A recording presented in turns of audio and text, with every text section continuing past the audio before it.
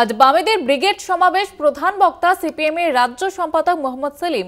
একাধিক জেলা থেকে ব্রিগেডের উদ্দেশ্যে রওনা বাম কর্মী সমর্থকদের। ছোট বড় বাস করে গাড়িতে করে কলকাতার উদ্দেশ্যে রওনা মানুষের জেলা থেকে।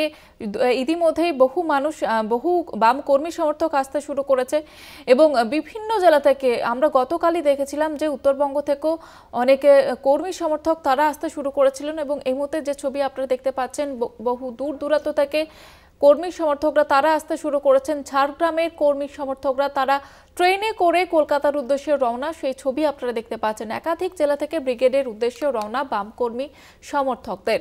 আজ ব্রিগেডের মহাসমাবেশ 2026-এর ভোটের আগে এই সমাবেশ থেকে কি বার্তা দেওয়া হয় বামেদের তরফ থেকে, বাম সংগঠনের তরফ থেকে, সেদিকেই কিন্তু নজর রয়েছে সকলের। আজ বামেদের ব্রিগেড সমাবেশ এবং প্রধান বক্তা সিপিএম এর রাজ্য সম্পাদক মোহাম্মদ সেলিম। একাধিক জেলা থেকে ব্রিগেডের উদ্দেশ্যে রওনা বাম কর্মী সমর্থকদের এবং আপনারা দেখতে পাচ্ছেন এই মুহূর্তে ঝাড়গ্রামের ছবি। সেখানে কিন্তু ট্রেনে করে কর্মী সমর্থকরা এই কলকাতার উদ্দেশ্যে রওনা দিচ্ছেন হাতে পতাকা নিয়ে। সেই ছবিও আপনারা দেখতে পাচ্ছেন। 2026-এর ভোটের আগে এই মহাসমাবেশ, যেখান থেকে একাধিক বার্তা উঠে আসতে পারে শীর্ষ নেতৃত্বের তরফ থেকে এবং ছোট বড় বাস, কেউ গাড়িতে কেউ ট্রেনে করে কলকাতার উদ্দেশ্যে রওনা দিচ্ছেন। এই মুহূর্তে আপনারা দেখতে পাচ্ছেন ঝাড়গ্রামের ছবি। ঝাড়গ্রাম থেকে বহু কর্মী সমর্থক তারা ট্রেনে করে কলকাতার উদ্দেশ্যে রওনা দিচ্ছেন এবং যে ছবি আপনারা দেখতে পাচ্ছেন এই মুহূর্তে ঝাড়গ্রামে।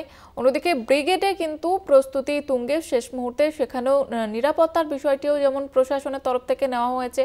পাশাপাশি জেলার ছবি আপনারা দেখতে পাচ্ছেন, জেলা থেকে বহু কর্মী সমর্থক তারা আসতে শুরু করেছেন। প্রতিনিধি অরূপ ঘোষ রয়েছে আমাদের সঙ্গে টেলিফোন লাইনে। অরূপ, কত সংখ্যক কর্মী সমর্থক আসতে চলেছেন কলকাতায়, কি জানা যাচ্ছে?